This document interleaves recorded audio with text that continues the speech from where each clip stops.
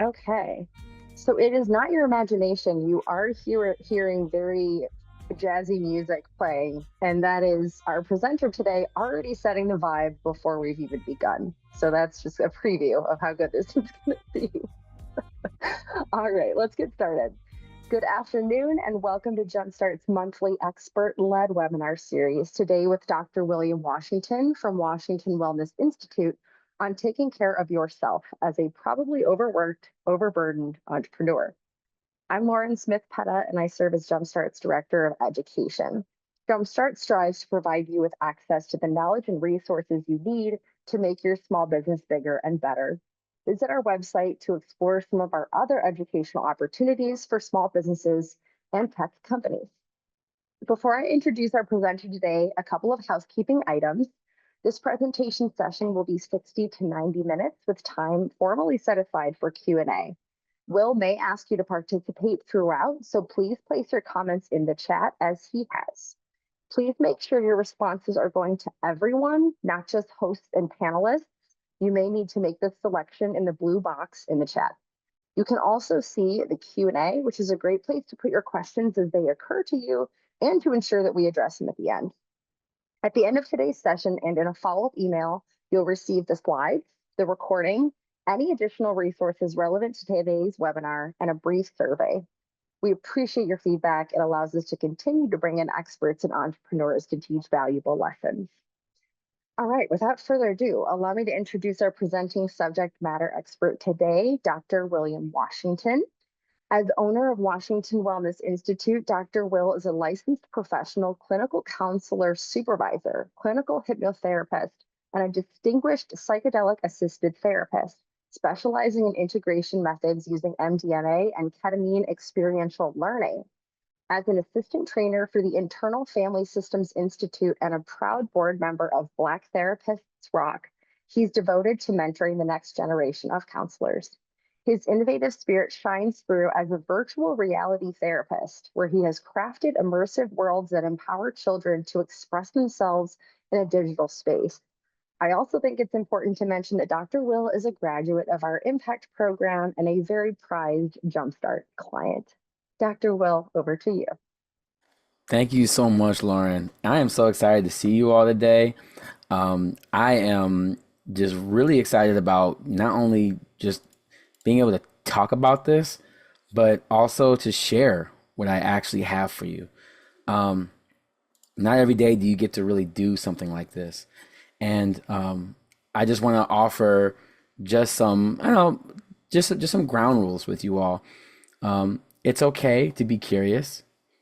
It's okay to want to know more. The topic I'm going to be talking about is going to be very extensive. You're going to hear a lot of different new terms and vocabulary. So please get your purpose paper and your purpose pen because we will talk about it. We're also going to be really describing and showing what it means as a lifestyle. So I'm not just going to be educating you. I want this to be something that you can take home and use today. So one of my rules is with self-awareness comes emotional responsibility. And so I'm so honored to be here with Jumpstart because they changed my life about how I look at myself as a CEO, as a business owner, because I did not want to be an entrepreneur. I didn't know I was an entrepreneur until I came to Jumpstart. I was like, wait, I'm an entrepreneur? So it happens. So I've come a long way, and I'm doing things really big locally, nationally, and also I just found out that I'm speaking at the largest European trauma conference at Oxford University in September. So the things that I'm teaching you are not just from what I've been doing here. It's from research. It's from work I've been doing around the world, and I'm so happy to be at where it started at too. So it's great to be with the home team. You dig? So don't be afraid to ask questions. I love questions. Feel free to input. I got like 3 screens up, so I'm looking at everything. So you're all good to go. So first things first, I want you to know who I am. So a little bit was said, but I want to make sure that it's very clear. So I am a health psychologist. I am also a licensed professional clinical counselor. One of the biggest things about this is that I'm also your friendly neighborhood counselor. So We have served, Washington Wellness has served over 11,000 Clevelanders in the past 5 years. We're private, we're small, and we're mighty. And I did it that way intentionally because working with JumpStart, I realized that I didn't want to just um, have a mental health agency. I wanted to have an institute. And so, being a CEO, I had to work with other CEOs. And it was interesting what I found. And if you look closely, I have something called an external reviewer that's asterisked in there.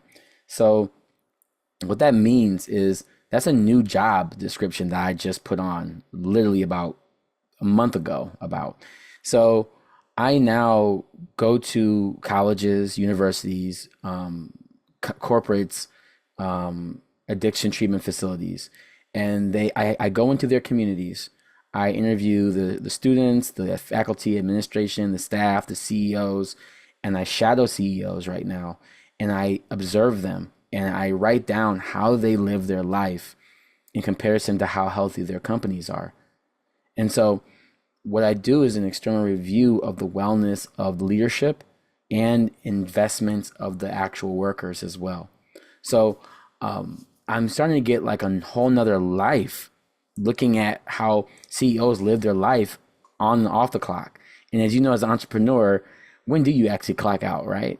And so how do you stay well as you live a lifestyle of clocking in? So that's a new thing for me. And what's more important about it is that it's starting to actually work, right? I'm seeing the results. I'm seeing the CEOs actually make life decisions that are more clear, that are more conscious, that are more collective, right? Collective leadership, not individual leadership, right? And the wellness of their actual staff is growing. And also their business is growing too. They're making more money because the CEO is actually happy with themselves. So it's a real thing. There is a science behind it, there is a lifestyle behind it, and there's a wellness behind it. And we get to start, and I get to give you the foundation of how we're going to do this. Also, I'm a musician. So I play about 9 to 10 different instruments. And the biggest thing I love about it is that when I'm touring with artists or I'm on tour with other artists, I get to see leadership happen in so many different ways, right? You see the artists that we all glamorize, but there's a lot of different CEOs working in that one moment.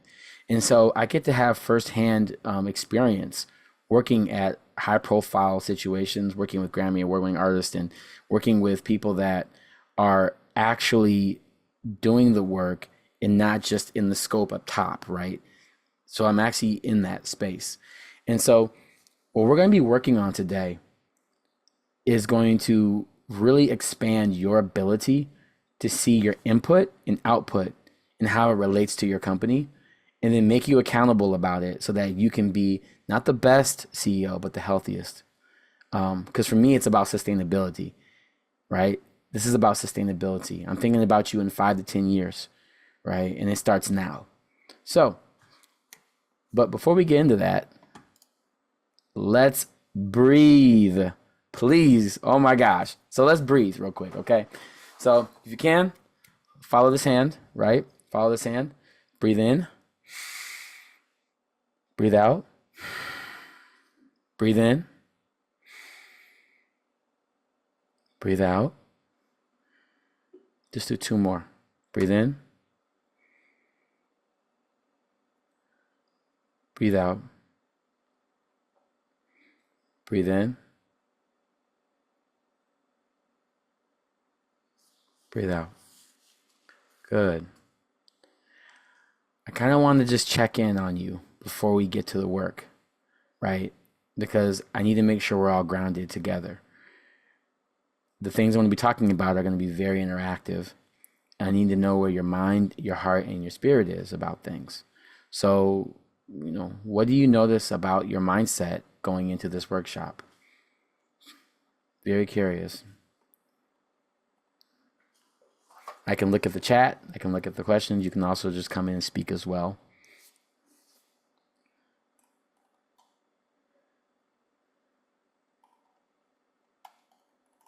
What do you notice? Were you tired coming into this meeting? Were you exhausted? Yeah. Super distracted, anxious, been Friday, but looking forward to the session. Yeah. Pressured. Always tired. Yes. The T word. Ugh. The 5 letter word. I know there's 4 letter words, but this is the 5 letter word. There's 5 letter words too, especially in therapy. There are 5 letter words. Yeah. Good. I'm glad to see the different array of feelings. It lets me know that we're really going to do the work. Because if everybody was like, "Oh, I'm fine," or no one said anything, I'd be like, "Okay, let's be honest here." So, I don't know how you can be an entrepreneur and not, you know, and not feel, right? You feel everything because you have to do everything. Um, I bought a building with my wife, and you know, I never thought I would be a plumber.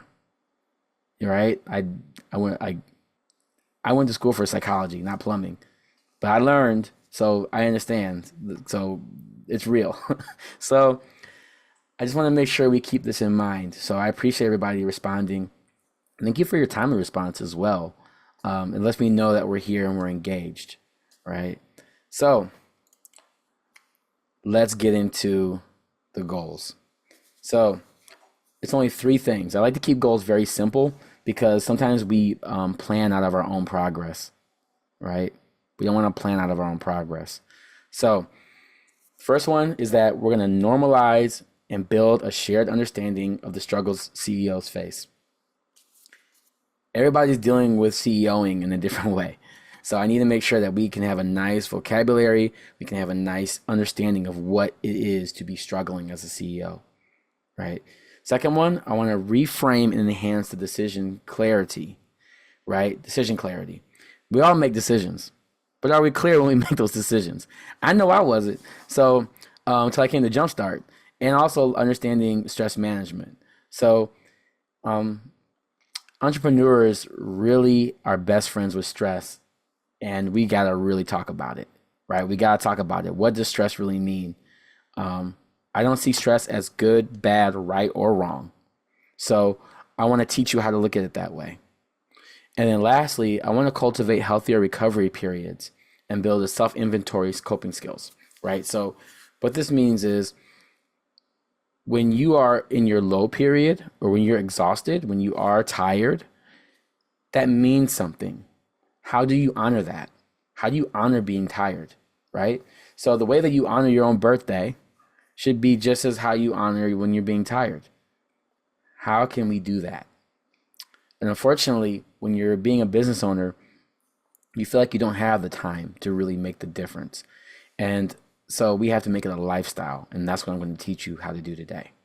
So also in this picture, I just want to acknowledge that this is a Rubik's Cube. Remember that Rubik's Cube, because that is what it's like when it comes to healing. So why are we here? Just some quick stats I got recently, right, from some really wonderful sources. 55% of CEOs reported mental health struggles in the past year. 55%. So that means half of us, 8 of us here, is definitely part of that 55, at least. 81% says their organizations stigmatize mental health issues. That's really big to consider. They stigmatize mental health issues. Because the truth is that in organization, relationship issues are mental health issues. Relationship issues are mental health issues. So we have to really consider that. 52% say their company culture is toxic. I hate the word toxic, but we're going to use this word right now because I know that this is socially acceptable, especially on TikTok. So we're going to say toxic, which means that there is unequal treatment where people don't feel seen. People don't feel valued. So that's what that means when it says toxic. 82% of CEOs experience burnout level exhaustion. That's wild. 82% of CEOs experience that.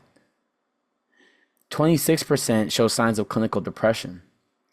And there are a lot of different other symptoms and diagnoses that I could say, But depression is going to be the one that I'm going to focus on a little bit more than normal, just because it goes well with the work-life satisfaction that we're going to be talking about in the future. And then 50% report loneliness affecting performance. I mean, I'll raise my hand. Being an entrepreneur is very lonely. Oh my gosh. That's why I'm so happy we have JumpStart, is because I did not feel like I was an alien out here. Like, the amount of stress, hearing other entrepreneurs' stories of what they were going through, it's important. Right, exactly. And yet no one shows it, making the rest of us feel like we're doing something wrong when we feel this way. Exactly. Exactly. And so we have to make sure we're feeling seen. We have to feel that way. And so that loneliness can internalize, right? And it creates this feeling of just like, am I doing enough? Am I enough? What is this? Where's my value? Right? And that really does affect us. It does affect us. And lastly, 400%. I had to make sure I looked at this twice to make sure I wasn't getting played. 400% a post-pandemic rise in mental health referrals.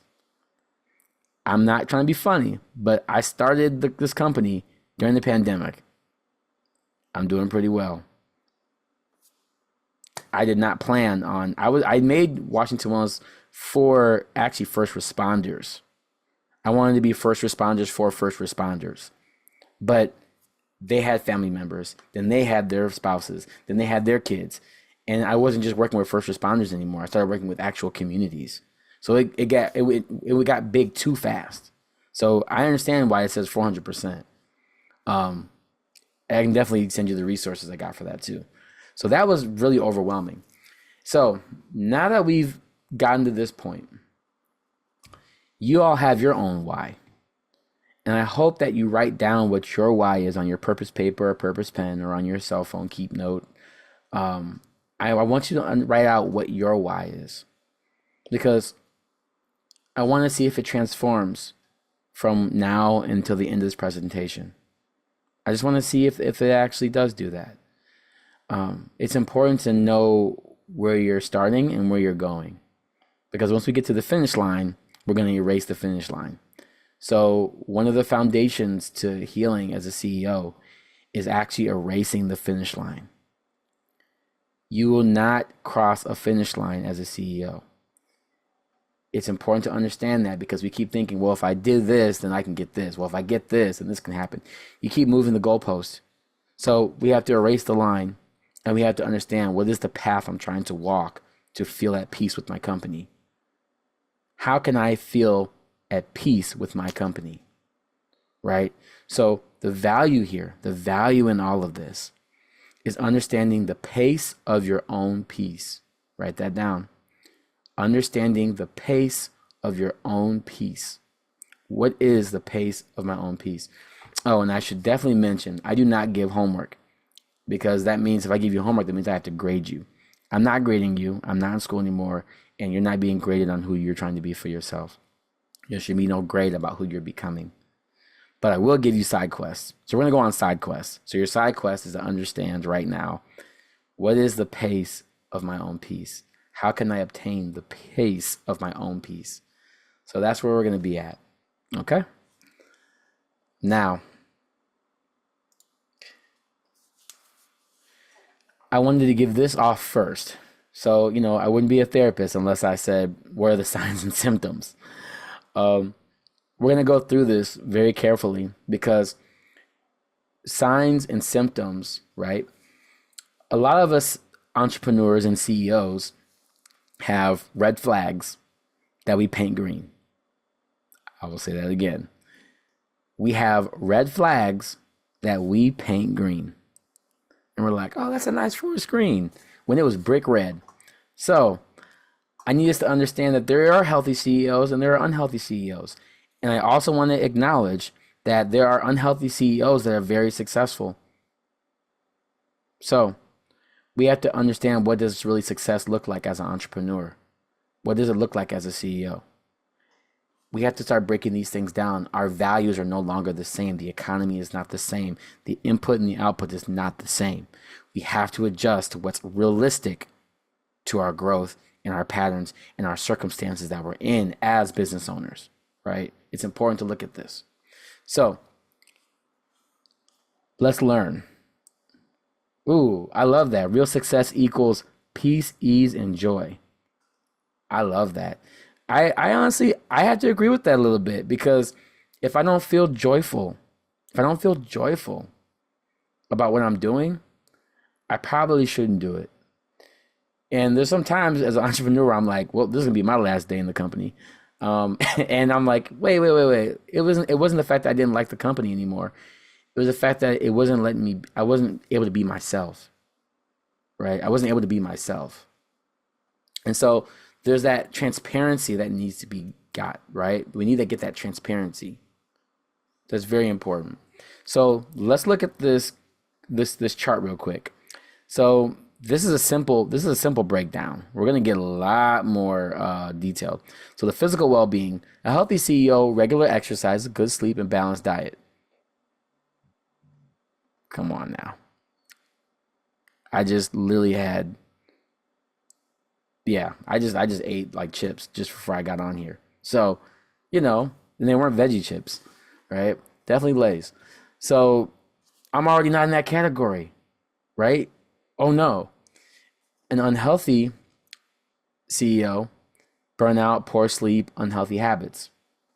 That's fair. Okay. Mental and emotional resilience, mindfulness, boundaries, stress management. A healthy CEO is able to really understand what their limitations are, right? I tell a lot of my CEOs, you have to work within the limitations of your greatness. What are you great at? Now limit yourself to being in that spot and learning how to ask for help outside of that, right? That's a truth in that statement. We'll get into it. And a healthy CEO, mentally emotional, would be not managing stress, isolation, and poor coping skills. So that just means being more reactive than responsive to life. A lot of us are very reactive to life because we're taught 1 + 1 is 2, right? We are never asked, can you tell me the summation or the addition, the meaning of addition to get to 2? No one's being asked that. That's not real. We're taught to output, input, output, right? Very calculating. When it comes to being a CEO, you're so much more than that. You're a brand, a mascot, HR, a worker. You're so much before you get the team that you really deserve to have. And so there's this grind that actually makes us isolate sometimes. And why I chose to put isolation in there is because isolation is an onset to clinical depression. So there's a difference between being alone, lonely, and isolated. Very big difference, but it's a triangulation, right? It's a triangulation. And so it's really important to understand, how am I spending my time with people and how am I spending my time alone? Very important to know the difference for that. As far as decision making, this is big. Your company will be successful based upon the way you decide yourself. And the way you decide yourself will also decide how your company will live, right? Think of your company as an actual human being, right? Think of it as its own baby, and you have to take care of that. It's a real investment, right? And so really healthy CEOs are very reflective. They have people they run things off. They have like their list. I always say your Fab Five, right? Choose the 5 people you talk to as far as like direction, growth, am I tripping? What's going on? Like these type of things, because you have to have a team that's willing to look at you, right? And they have to be able to talk with you. They have to be able to talk to you. And a growth mindset.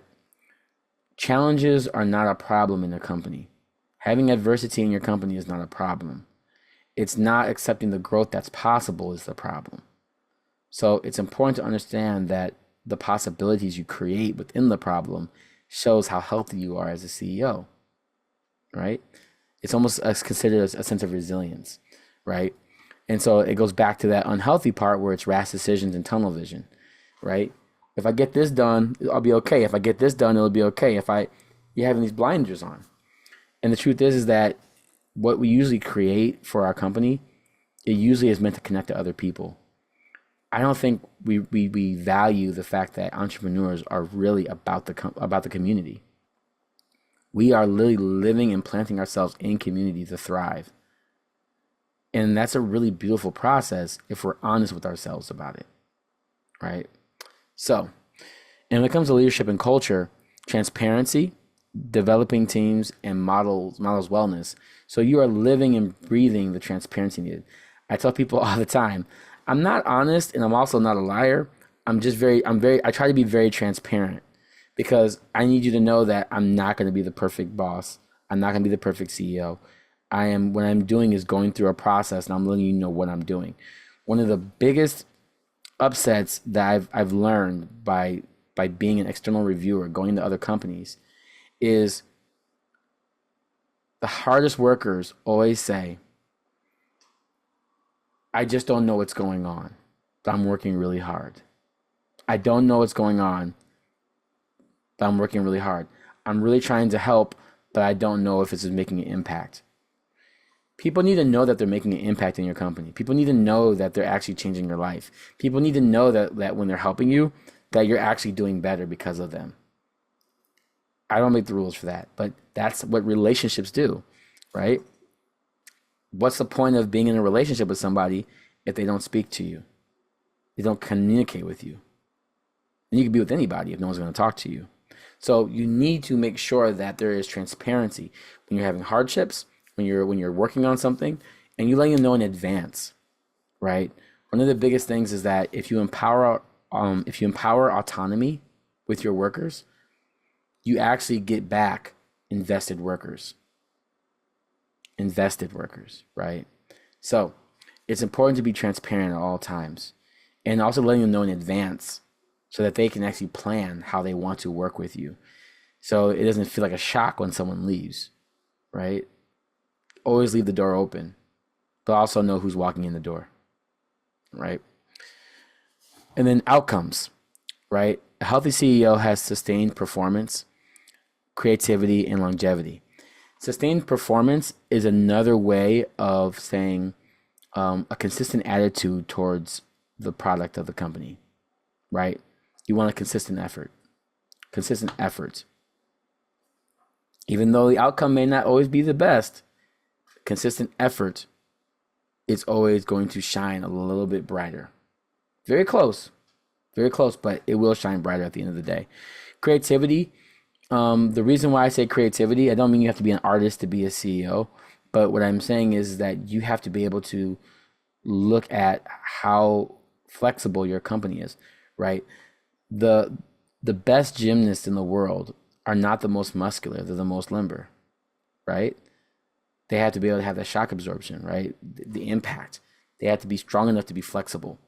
And so it's important to understand that I can always tell how good a company is by seeing how creative a CEO is. So sometimes when they come into a session, I'll have them draw pictures. I'll start simple, like, can you draw me a circle? Can you draw me a dog? And then I'll be like, can you draw me the Statue of Liberty? If you were the Statue of Liberty? Just to see how do they see possibility? How do they show themselves? And how authentic are they about doing something that's out of their wheelhouse? Right? It lets me understand how willing they are to look at themselves inside out. So as a CEO, it's important to understand that you have to be creative in your process. Sometimes the best answer is the one that you didn't really plan yourself. Some of the best music I've ever created, I had a plan to make a jazz song and it came out funk. Didn't see that coming, right? And so an unhealthy CEO, their health declines. There's instability and there's disengagement. A lot of times, one of the simple ways to look at this is if you notice your eyes are tired or if you have watery eyes, that means that your mind needs to rest. If you have a runny nose, it means that your body needs to rest, right? Are you checking your signs and symptoms? Is your throat sore? right? You didn't say anything all day today, but your throat's sore. That means you were thinking so hard that you felt like you were speaking. There are people that do that, right? It's psychosomatic symptoms, right? So it's important to see that as a CEO, that your ability to understand health and wellness will directly impact your company. And when's the last time you've seen a doctor, Ayurvedic, anything, massage, getting your nails done? That is therapeutic, right? Getting your hair did, that's real, right? So it's important to be able to look at that. So now that we're all clinicians, now I've now given you, you're now clinicians because we did signs and symptoms. We're all clinicians now. Now we're going to get into what does all this mean. So the word of the day, words, is moral distress. This is what CEOs are going through. This is what you might be going through. Knowing the right thing to do, but treatment cannot be executed because of institutional constraints. Think about that. Moral Distress was made in 1984 by Dr. Jameson. Really great guy, still doing work. Think about this. You have an idea, right? You have the key. You have the thing that can just unlock so much for people. Because entrepreneur, you're problem solvers, you're solution makers. This is what you do. This is who you are. This is who you are. And your job is literally to give the key to the community so you can prosper as a company, right? You have the key. However, there are restraints that are happening. Your company doesn't have the resources that it needs. Your company doesn't have the networking that it needs. It doesn't have the brand that looks right. You know, you gotta go to Freddie, right? Yeah, like you gotta have the thing, right? You gotta figure it out. You are being held back by something, and you know what it is. So you have to keep joining these places, these meetings, and it gets exhausted. It gets exhausting. But you can't treat your company because your company's sick because it doesn't have the resources. And so you can't do what you know is best for your company. The experience of knowing what your company can be, right? Knowing what your company can be, but feeling unavailable to do it because you don't have the resource, that causes reactive measures. It causes moral distress. So moral distress is what I'm actually an expert in. So this is what I got my PhD in.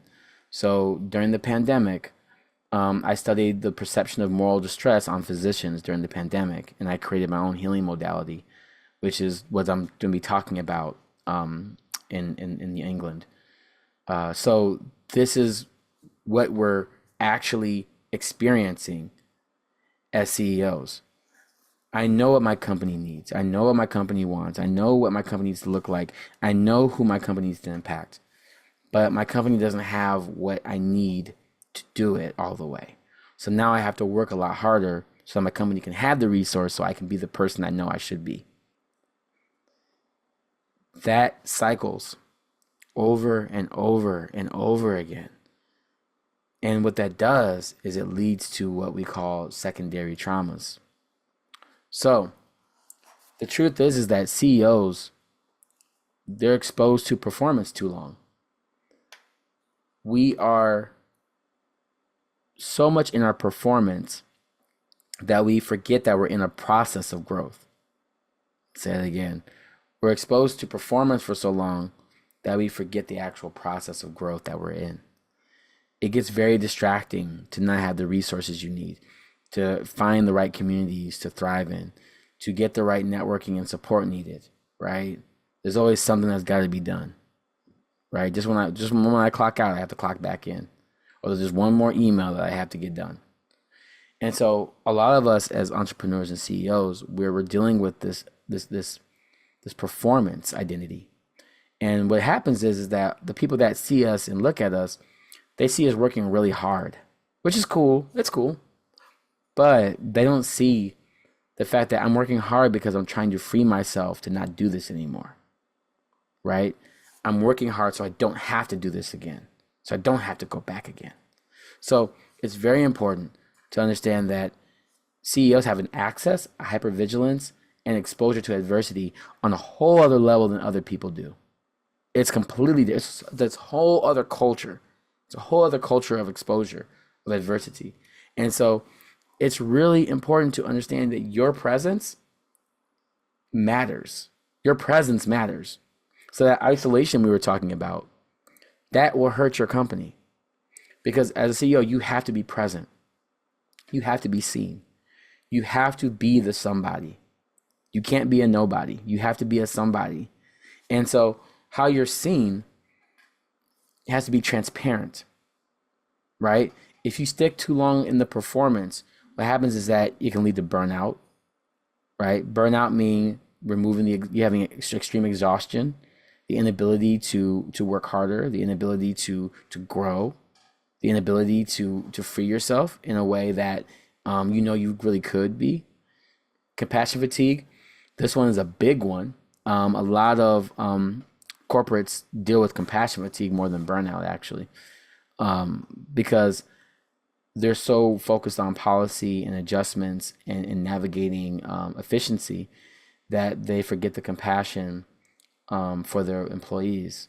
And so a lot of times employees are dealing with the brunt end of compassion fatigue by feeling like it's their fault for not being enough. A lot of times employees feel like they're not enough because companies aren't taking the time to actually see the needs of their community. So then it leads to low job life satisfaction. So then it's, well, what's my purpose here? Am I just here for the check? Well, then that means that my investment and my creativity is no longer present in the company. So then we start focusing on lower job life satisfaction, where you start losing the purpose and the meaning of why you wake up early and why you may go to bed late at night, right? You forget your why, right? Remember earlier we talked about why are we here? So I'm hoping that what this does is reinvigorates why your why is such an important why, right? So, and lastly, overdrive. We don't talk about this. So this is what I've been kind of coining and trying to like make people realize. A lot of us aren't actually experiencing burnout. A lot of us are experiencing overdrive. Overdrive is defined as once you finish the finish line, you make another one. So once I get done with one thing, it's like, well, since I got this done, I might as well just push this a little further because I already did that. And it's also kind of wild because it's really a dopamine effect, right? You're not actually celebrating your rewards. And I am also a part of this too. I was obligated to be successful so long that I never actually get to celebrate my achievements. I was told I had to be this successful. I told that I had to work this hard. I was told that I have to continue to fight this way to be successful. So then when I actually got the successful things, I didn't get to really actually like embrace that moment the way I should have. And so you have to make space for your rewards. You have to be able to sit in your rewards. And that is something very difficult. So overdrive is the continuous push of work, even when you've actually achieved the desired effect. So a lot of us continue to do that because we feel like, oh, this is one more thing I could just do. So understanding the peace, the ease, and the joy, right, is very important. So I want to make sure that we understand that our performance might be impacting our process of growth. And as a CEO, it's important to understand that your performance is needed.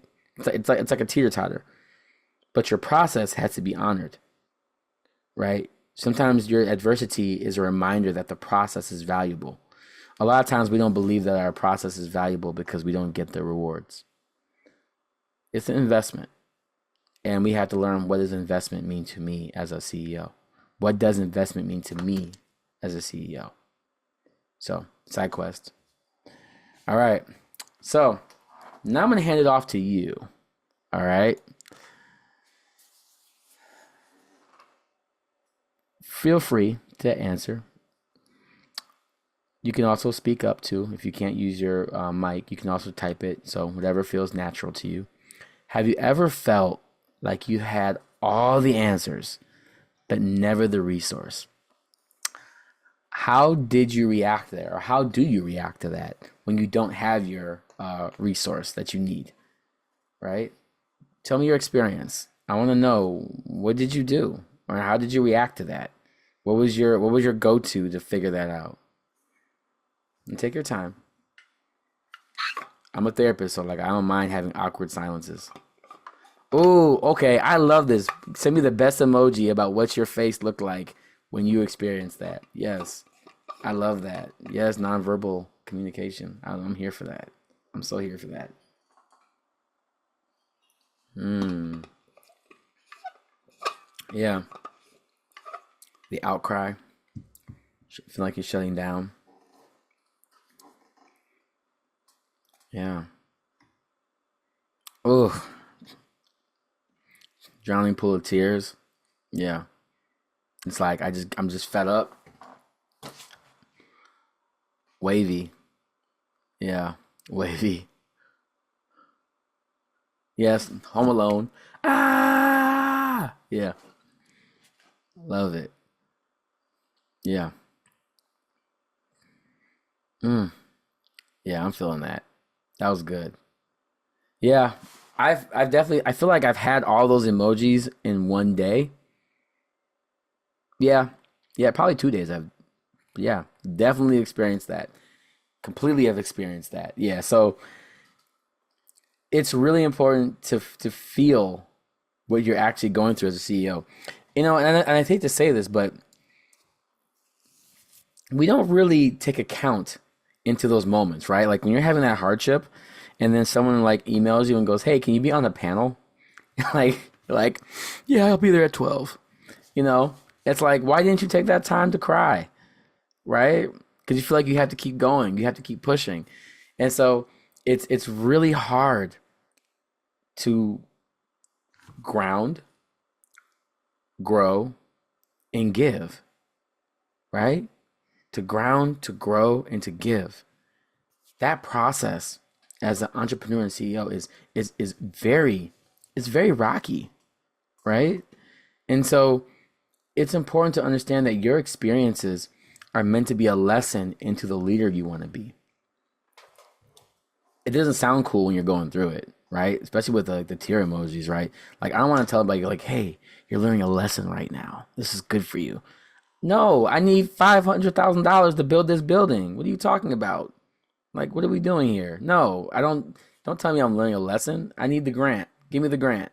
You know. So it's one of those moments where I'm learning that CEOs faces I'm working with like a very high profile addictions recovery in Boston, um, and they're doing very well for themselves, but they don't like how they are treating each other.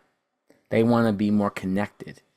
And so when they don't have the resource to feel connected, they contacted me. And they're like, "Well, can you live here for a couple months?" I'm like, "That is not realistic." Um, but what I can do is give you the tools to see each other with more value.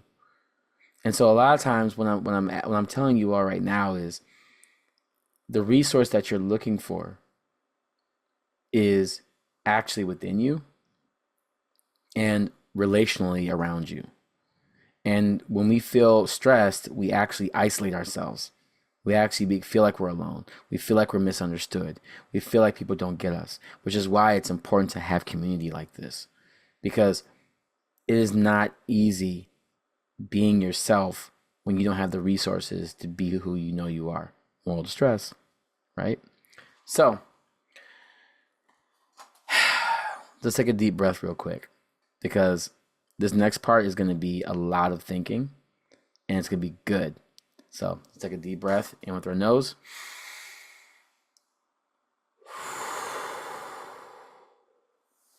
Good. And make sure you drink water too. Stay hydrated.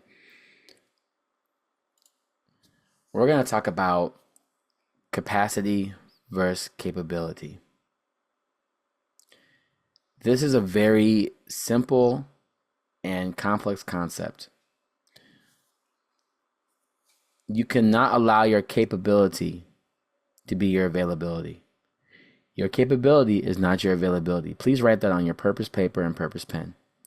Your capability is not your availability. Just because you are capable of doing things does not mean you are available for them. Yes? Is that fair? Can we all agree to that? I need us to all agree to that. Great. So, our capability is not our availability. And our capacity is not our endurance. I'll say it again. Our capacity is not our endurance. And I need that to be very clear because it's crucial for addressing the stress of CEOs. And a lot of the stress that CEOs face is battling between their capacity and their capability. You have a lot of skills that you have had to learn to be here. Even for you to take out this much time in your day to be here with me. That's amazing that you have this much time to spend here with me. That I could be thinking of like 10 other things I could be doing. And so I know this is important. This is very important. And so your capacity is not your endurance, and your capability is not your availability. And so to have an inclusive environment as a leader is going to help balance that. Having an inclusive environment is going to affect the leadership quality and the practices that you have. So let's just get into capacity real quick. So in capacity, it's the ability to manage resources effectively. It influences community resilience and growth and identifies gaps and areas for improvement. So when you become, as you are, a CEO, right? You know what's missing in your company. You know what's missing. But we got to take it a step further. It's how are you missing it? What are you doing to miss it? How are you missing it? Right? And a lot of times we have so many resources that are given to us, especially with JumpStart. I was overwhelmed with all the resources. I was like, it's too much. Like, there's a meeting for everything. And I was excited. And I was like, but also I was like, I wasn't ready for that. Right? I had to learn how to be ready for that. And so I had to understand how to actually see the gaps in my own company. And I didn't get that until I met with them because they're looking at it from more of an objective lens. I'm looking at it as a passion career, right? As a passion corporation, right? I'm doing this because I love it, because I believe in it and all these things, right? But how do you keep the lights on? Love? I don't know. Like, I was just trying to figure it out, right? So I had to really think about what this actually meant to me.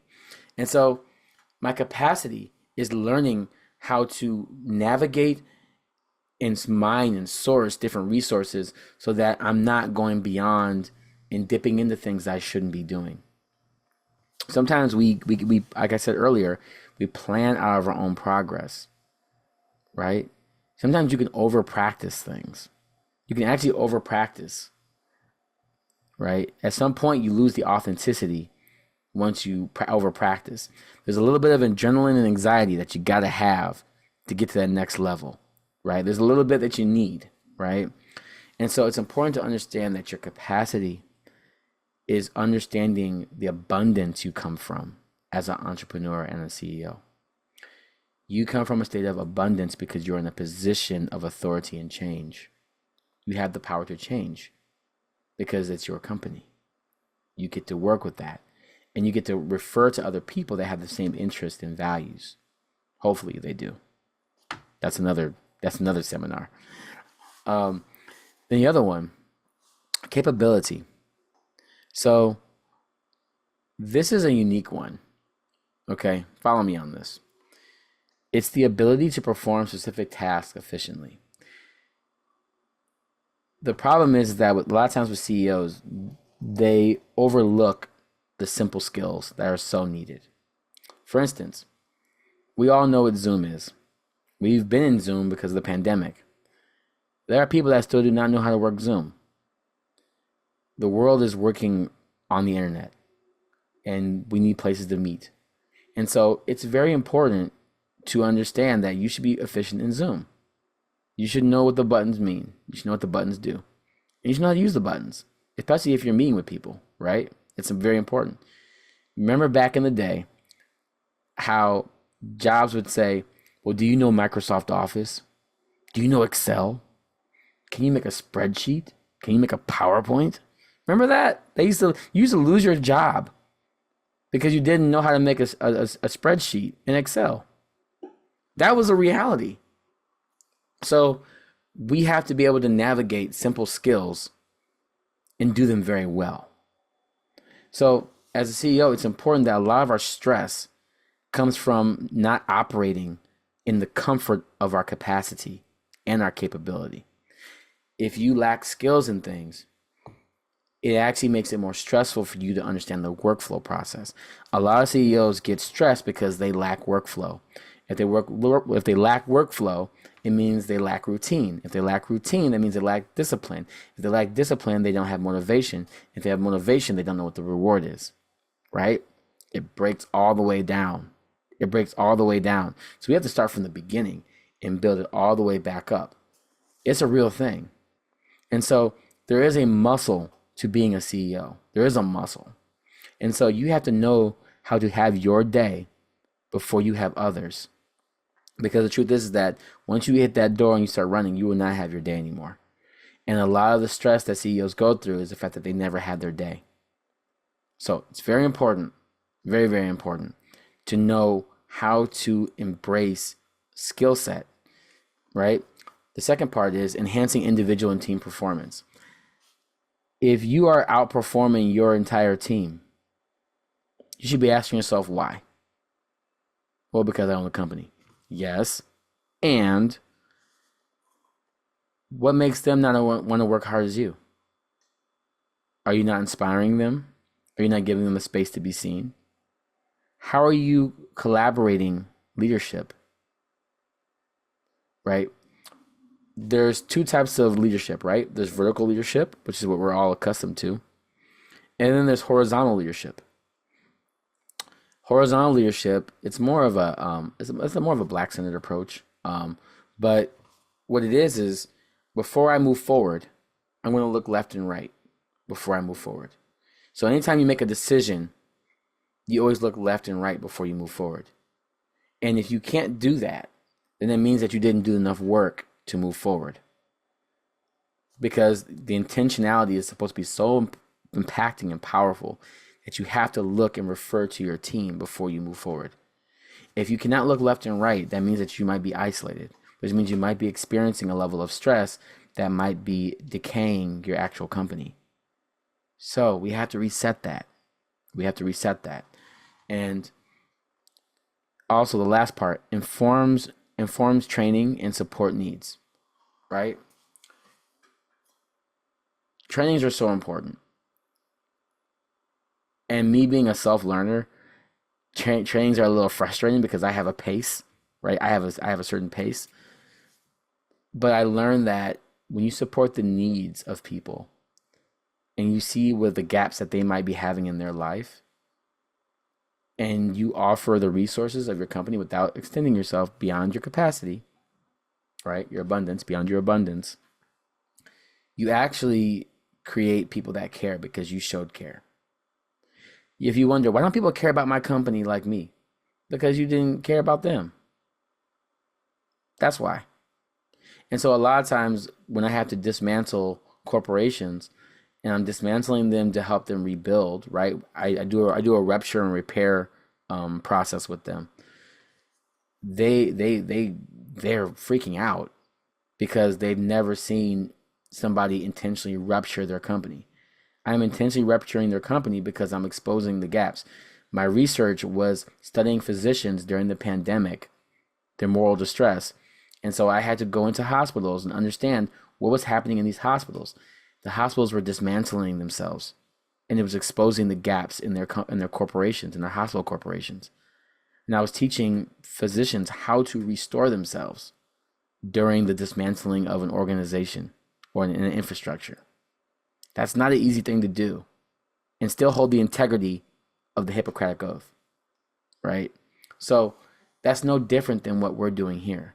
And so CEOs have to understand that you might have to create some type of rupture to actually repair your company. And that fear is very real. And so that level of stress that you go through will change the way that you see value in your company and yourself. So I want to practice this with you. So we're going to try this. I'm not telling you to rupture your company. I did not say that. I did not say that. I did not say that. What I am going to do, though, is I want you to start looking at yourself in a more productive way. I like the word productive. So let's try it. But I will never ask you to do it first unless you do this. So hear me out. So what are your individual values that might be rupturing your CEO wellness? So I did the first two. Those are actually me. So these are actually real things for me. I've done this to myself as well. So my value is tenacity. And because I'm such a tenacious person, I'm very, very on top of everything. Very, very, very intense. Sometimes I create a rupture though, because I appear impatient with people. I can appear impatient, or I might make people feel like I'm impatient with them, or, I can come off that way. And so to collectively repair in my company, I had to offer myself up front rather than just be tenacious. So what I would do is, if I would see a gap or I see something not happening, I would offer my resource of presence as a way to support what they needed. So I would say, hey David, I wanted to offer my presentation for you because I noticed that you needed to make your own presentation for next week. Please use my resources and my Canva slides to your will. My tenacity would have said, let me just make it for you real quick because I don't think you're going to get it done in time. No, I offered the resource and I allowed them to be the leader that they needed to be, rather than being worried that they might or might not finish it. The other one, reliable. I'm extremely reliable. If you talk to me about things, you give me a blade of grass, I'll make you a football field. That's the type of energy I got. I'm very reliable. However, because I'm very reliable on myself, because I've been disappointed before, I've been very disappointed in people before, I undermine other people's capability. So I won't see their skill as something that can help me during my process of reliability. And so I had to repair myself by opening myself up for help before I struggle. So I'm not asking for help after I struggle. I'm asking it before it happens so that I can share the burden. And so my reliability is no longer looking over the fact that other people have skills that they can share. Because the truth is that when a company works together, everybody wins. If one person's working on it, everybody's just working. It's just a job. I want this to be a lifestyle. So it's your turn. I don't know if you can unmute yourself or not, but put one word about what's a value that you have, and I'll actually go through with it with one person, just to see what happens. So give me a value. What's a value word that that's me. I am this type of person. So I'm tenacious and I'm reliable. What's a word that you may have?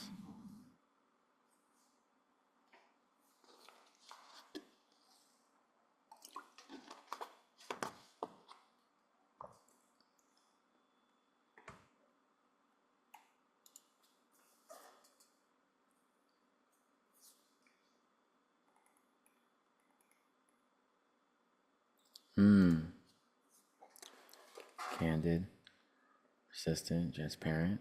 Okay. Ooh, okay. All right. Chanel, since I saw you first.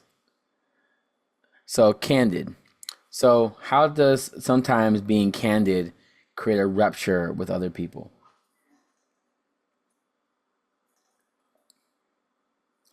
How does it rupture a relationship if you're too candid?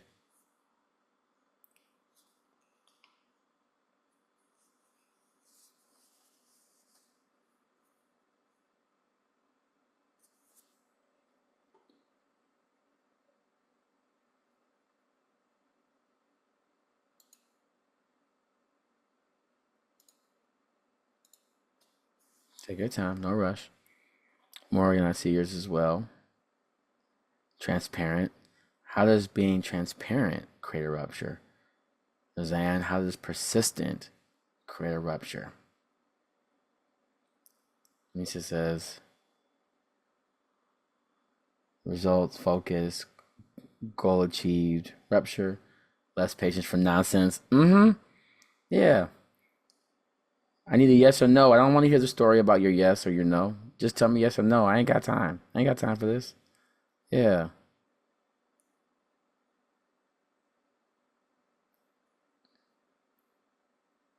Is more yeah, it's more determination. My priority is not always someone else's priority. Yeah. Yeah. That's big.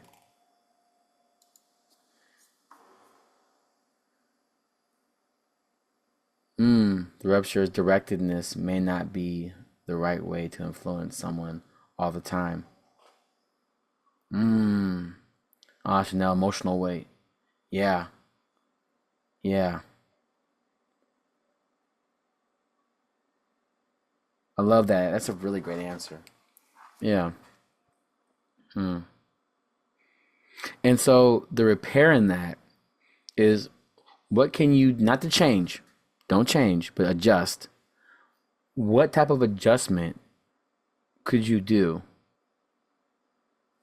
to be proactive rather than reactive so that your determination, right, doesn't seem like a rupture, but understanding how important someone is in the moment, right? Or with directedness may not be the right way to influence someone all the time. Yeah. But then directedness, though, you can also let people know how important they are in the moment and why they are where they are with you. That's a really big deal. Hey, you're in this position because I know that you're the best at this, and I know that you need to get this done by tomorrow. I know you're the one for this. Can we agree to that? Right? That's huge. That's huge. Listen to understand and speak to deliver in a meaningful way. Yeah. Because the truth is that when you're candid about things, you're not giving them any type of you're not giving them, any side talk or anything. You're giving them the full transparency. I love using the I but and sentence as a CEO. I understand, but I need, and I look forward to us, right? I understand that you have priorities, but I needed this yesterday, and I look forward to seeing you again after it's all over, right? I but and. It's a great sentence structure. What can we agree upon and why it's important? I love that phrase a lot. Sometimes people aren't negligent, they just don't understand how important it is to you. So that's why in the beginning of this whole thing, remember I was like, before we get started, let's breathe. Let's understand why we're here and also what are the goals. I didn't do that because that's what you're supposed to do in the summary for a presentation. I didn't do it just because of that. I did it because I am a very intentional person. I'm very reliable. I'm very tenacious about things. And I don't, like you said, I ain't got time for nonsense. Time is happening. time is now. And so I want to make sure that all of us were on the same page. We all grounded. We all got educated the same way. And then we all started holding accountability on the way we're going to be changing and developing. Right? I could have been completely different and just started the application part right now and then just not talked about how I wanted to ground with you. Right? There is a way to do this. So that was a really good one. So keep trying these, y'all. Like, I know you have some more qualities about yourselves. So please keep trying to do this, okay? Please, please, please. Now we're going to get into the part for you guys, for y'all. So this is how we're going to transform into a healthy leader. This is where the magic happens, y'all. This is where the magic happens. This is where the Disney castle makes the fireworks. That was a bad example. I'm going to keep moving. So the truth is that in Washington Wellness Institute, we believe that stress is a wellness currency. So, stress is a wellness currency. What do I mean by that? Stress, remember before I said stress is not good, bad, right, wrong? Stress just is. What's happening here is that the stress that you feel is an invitation for change. But for some reason, you're ignoring it and not taking accountability for what it's doing to you. Why? Why are you doing that? You should write that down on your purpose paper or purpose pen. Why are you not listening to your stress the first time? So, in my healing modality, we have a thing called the triangle of relationship, where you have tolerance, endurance, and patience. And a lot of us have created an endurance for our stress. We learn to create a high tolerance for our stress, and we no longer understand what patience is. We're impatient about the wrong things. So we don't know why we're being patient about things that don't make sense to our wellness. But we feel like if we withstand it, then everything will work out. That's not always true. It's not always true. And so when I think of the stress that I experience, I'm learning that as a CEO, my stress is because I am not leading myself in a way that my company needs to feel seen. The stress that I'm experiencing is because I'm not delivering or delegating enough. My stress is because I'm not making time for my rest as much as my work. Something is happening. Stress is somehow in this. So this beautiful circle is how we look at our clients. So I would put anybody in here. So like, let's say I put Morgan in the wellness wheel. I would look at, well, what's your physical health look like, Morgan? What's your financial occupational health looking like? What's your social health or relationships? What's your mental emotional? What's your stress level? What's your environmental health? Are you going to places that you're feeling seen and being celebrated for who you are? Educational health. What are you learning right now about your company and about yourself to help make sure you're more creative? Family health. What's the history and story of your family about why you created this company? Does your family have anything to do with that? And then spiritual health. Does your company mean something bigger than what it does? What does your company mean to you? So this is what I do. I take them and I put them through this, and I'm with them for 8 days, and or if we do an intensive, we do for 4 days, and then we go through this over and over and over again. I shadow them and I see how they're interacting with this and seeing how they live their life. And it's amazing what the results you get, because you recognize that a lot of them are very unbalanced, very unbalanced. And so if someone with a very successful company can be imbalanced, what does that say about us? Right? So we have to start looking at ourselves and healing all ways. So that's the motto of Washington Wellness Institute, is to heal all ways. When I say all, I mean all 8 different ways. And so we have the power to do this. We have the power to change. But we need to understand, what does all really mean? So let's get into it. What's beautiful here is that this is the company symbol. So when people see it, they're like, why did you do that? Remember that Rubik's Cube I did a little bit back ago? Why some of them are teal and why some of them are white is because you're not always going to be completely activated in all 8 at the same time. As an entrepreneur, as a CEO, we realize that stress is when you have too many activated and you don't know when to turn things on and turn things off.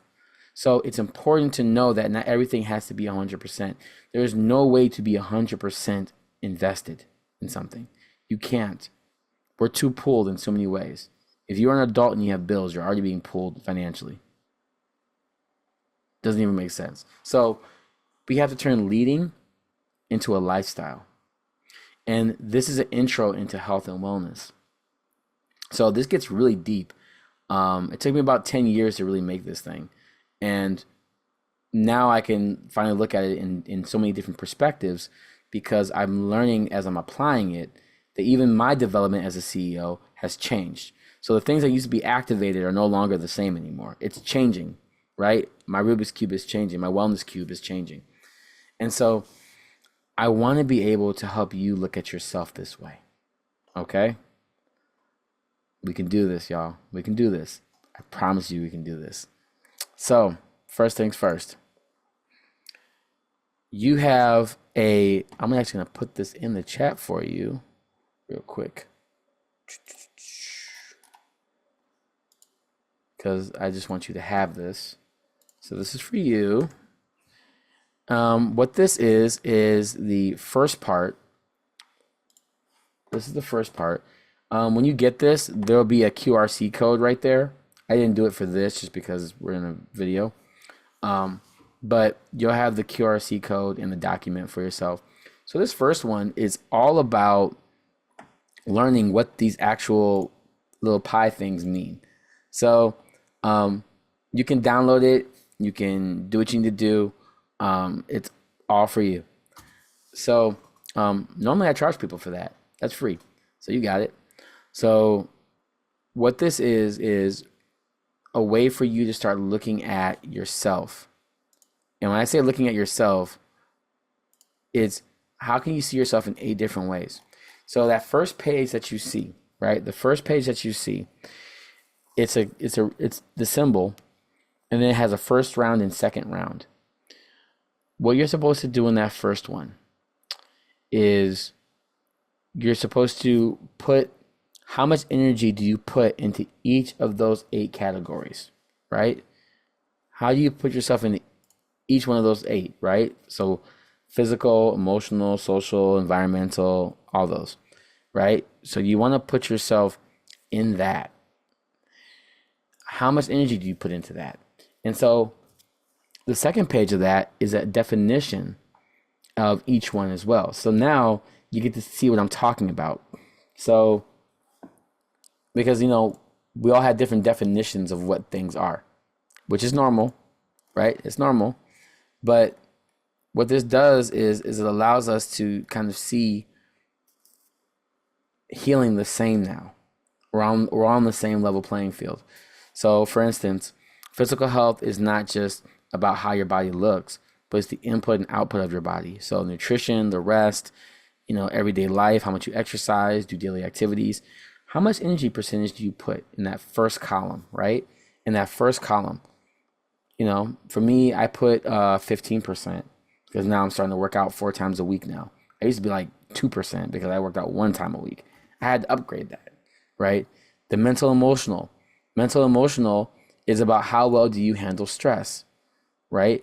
How well does stress live in your body? How do you manage stress? How do you deal with stress?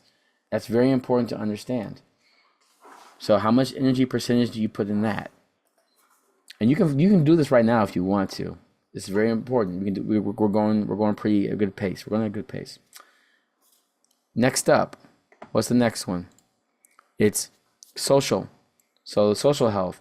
It's a relational. So how the company you keep, how much energy do you put into your relationships? Right? Don't worry about making sure you hit 100. Don't think about that. Just think about how much percentage you put in there. And if you're over 100, okay. And if you're under 100, okay. That's okay. It doesn't matter. Next up, environmental. Sometimes it's not about who you are as a CEO. It's about where you are as a CEO. That's why places like JumpStart are so important, because when you come here, it's intentional about investing in your process as a CEO, as an owner, as an entrepreneur, right? It focuses on that.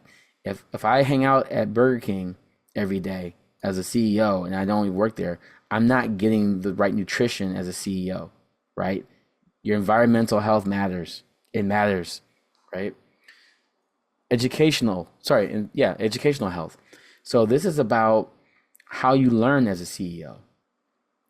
How do you learn as a CEO? So yes, as a therapist, I'm learning as a therapist, but I'm also have to learn as a CEO. It was hard for me to be a CEO because I'm so thoughtful about the feelings and the heart and the processing of emotions, because I thought that being a CEO means I had to be a mean bully and make these hard cuts and make people sad. I learned that I had to remove the shame and the guilt and the fear of that, because that was plaguing the way I was processing the company and improving in the company. So I had to get over that fear, right? So I had to learn what it meant to really be a CEO. And I'm still learning, by the way. And so I have to be around these spaces and learn. Next up is spiritual. So spiritual health doesn't mean like religion or like, that type of like ascension work. But what I mean is how you connect to something bigger. As a CEO, you're connected to your company, but what is your company connected to? What was the passion in this? What was the dream or the thing that made you decide to say yes to yourself? What made you say yes to your company? Side note, side quest. Write out. What made you say yes to this dream? What made you say yes? What made you say yes to yourself? Because it's really hard in this society to say yes to yourself. And then occupational financial health. So, as a CEO, are you really doing the work that you love doing? Are you doing the work that you need to be doing? And then are you receiving enough back in investment to make yourself feel seen? You have to make yourself feel seen. I used to be scared to take money from my company because I thought I was going to get like arrested for taking money out of my company. I was like so scared. But when you get the reward, like one of the biggest rewards is being able to pay people in your company. That is like the best feeling in the world, being able to pay people and then to be happy with getting paid. Like it's an honor to know that I'm working hard enough that people are relying on me to support their families. Like that's an honor to know that I'm working hard enough to do that, right? So it's an honor to do that. It's a blessing to do that. And then lastly, family health.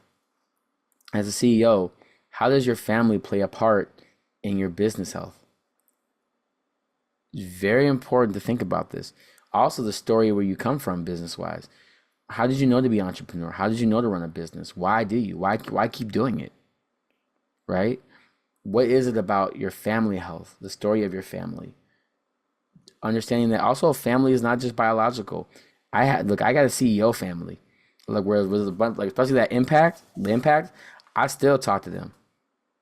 Being able to talk to them, be like, hey, and when they come to me, they talk to me about different avenues and adventures and opportunities. We still talk. So it's really nice to be able to actually have a family, a business family, right? Having a Jumpstart family to really just like launch off of, right? It's important to have that. So once you do that round one, right? Add all the percentages up, and then ask yourself: is it under 100 or is it over 100? Or did you make sure that it was under 100? If you are over 100%, that probably means you might be in overdrive. If you are under 100%, it means you have space and room to grow. And I'm wondering, how would you adjust it differently? So you do it again on round two. How would you want it to look, right? What would change? So you go back to the physical, mental, social, environmental, educational, spiritual, occupational, and family. You go through it again, how you would like it to look. And then right on the last column on the right, ask yourself, how much did it go up or go down? And then this is how you make the CEO healthy. What are three things that you can do to make sure the difference in that percentage makes sense? What are the three things you can do to make sure that the percentage makes sense? What you just created, if you do that all the way, you just created 24 different ways how to live your life differently, right? You have 8 different ways of living your life. You chose 3 different solutions for each one. That's 24 different options on how to improve and enhance your life in one day. 24 decisions in 24 hours. It works. It works. It works. So, very important, very, very, very important that we get into this. So, please use it on your own. Give that to other people. Do it for yourself. Write this stuff out. This is great journaling material, especially after work, just kind of like thinking about life. This is great journal work. Great journal work, right? So, now that that's done, the last thing here. So, I wanted this one to be downloadable now on your phone. Eventually, I really hope to find a software programmer or engineer because I want to have this automated so that it's like a whole thing. Um, that would be so nice. I'm gonna have to talk to somebody about that. I'll probably have to go to JumpStart to talk to somebody about that. Because this thing is really a beautiful modality assessment. So when you download this, this is what will pop up.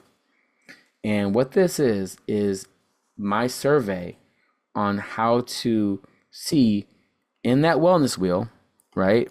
Remember before, in this thing, right? What is high and what is low. So I use this as an entrance. So I created my own healing modality, as I said earlier, right? It's called Reset, RESET. Remove every saturation, embrace truth. And it's based upon the research I did on moral distress during the pandemic. And so I created a way to help people heal from emotional malignancies. That's a whole other topic and conversation. So basically, what I was doing was I was teaching high performance people, CEOs, how to undo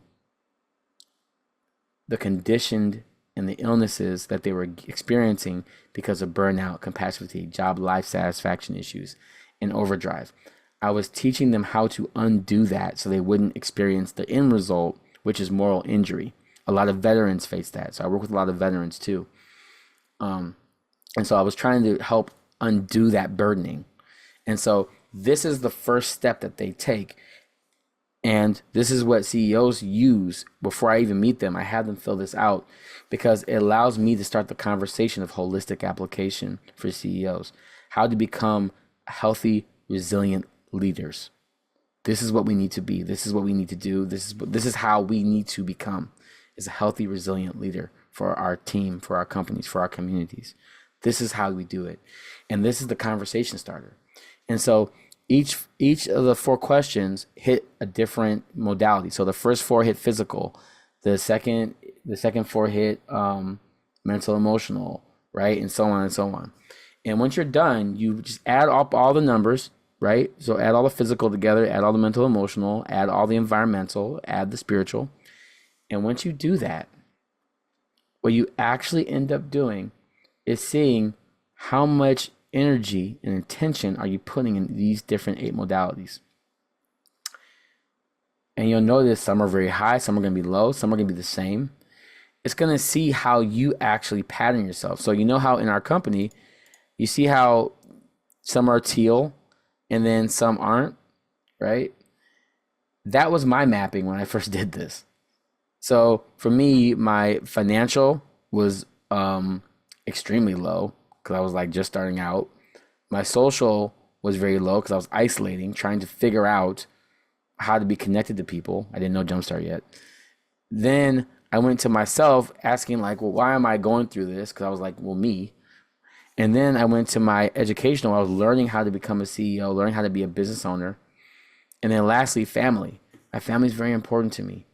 And so those things were the most activated in my life. But it also meant I wasn't dealing with my mental, emotional health. I was extremely stressed. I was not in the spaces I needed to be in. And then I was spiritually not connected. I was spiritually high on something. I wanted to like get connected to something bigger. I have an idea, but I didn't know what to really invest in. And my physical health was terrible because I was getting my PhD. So I was gaining a lot of weight. I wasn't sleeping right. It was bad. So I had to really change and move how things are happening. So like I said before, I'm very intentional about myself. And so the first symbol that you see in my company is my wellness.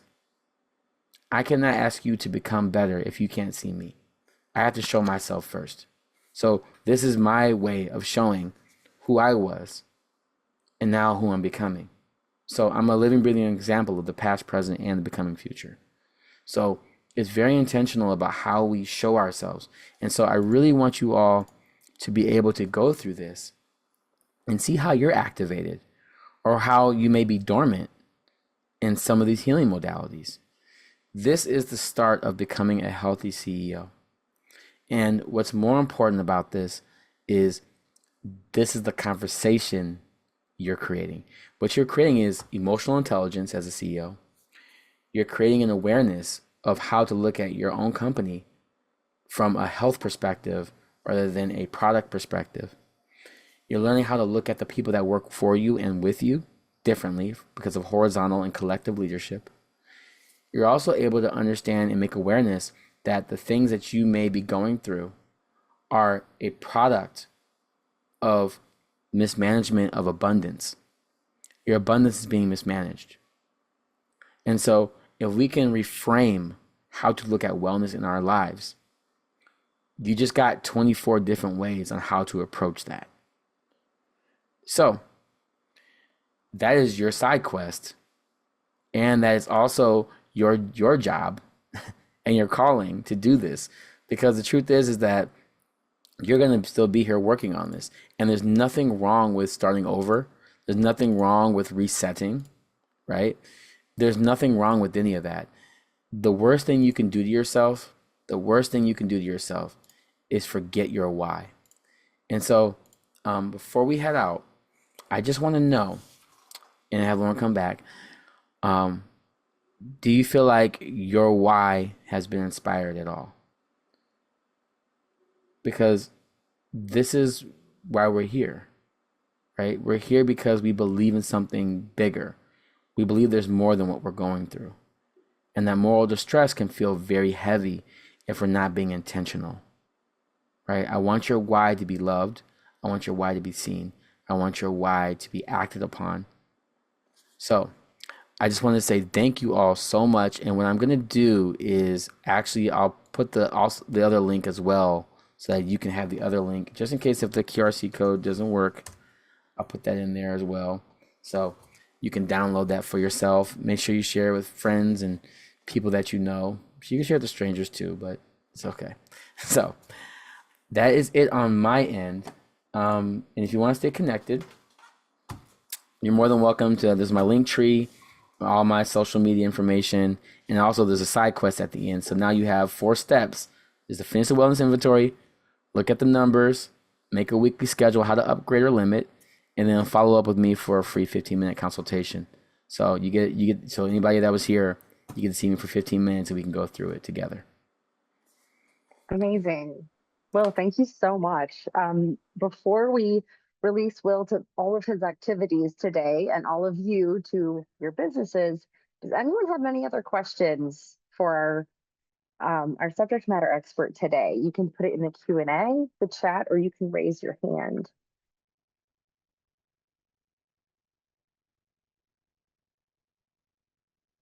I'll give you just a moment before we wrap up. I want to make sure we answer any questions that came up. Lots of thank yous. I think you have your marching orders from Dr. Will today, which is tremendous. Thank you so much, Dr. Will. I really would take advantage of his offer and maybe even hire him, hopefully even hire him, because as you can see, he really, really knows his stuff. So thank you so much for taking your time today. We really enjoyed having you. And to our attendees, oh, actually, do you have a question? Roseanne asked, how can we learn about what you are doing with physician wellness? Will? Yeah. So right now I'm actually going to be promoting my healing modality at the conference in September. So that's what I'm preparing for. And to prepare for that, I'm creating 100 episodes for a podcast all about this work. So you're going to learn the entire thing in 100 episodes. I have the first 6 up right now on our YouTube. So so for Wellness Week, I just posted 1 a day. But yeah, you can go there now and start looking at what I'm doing and where I'm doing that at. Amazing. Thank you. All right. Well, thank you again, Dr. Will. I really appreciate your time today. For our attendees, just a couple of quick notes. We always have more webinars coming up the 3rd Wednesday of every month, including our July 16th webinar on navigating architecture as a growing business, moving into physical space or expanding physical space or customizing physical space. You can find these webinars and other JumpStart and partner events at jumpstartinc.org/events. At the end of today's session and in the follow-up email, like I said, you'll receive a brief survey. We really appreciate and thrive on your feedback. It allows us to continue to bring in experts like Dr. Will who teach valuable lessons. So with that being said, we're finishing a little bit early. You can get back to some of that self-care that Dr. Will talked about. And I hope everyone has a wonderful afternoon. Thanks for coming.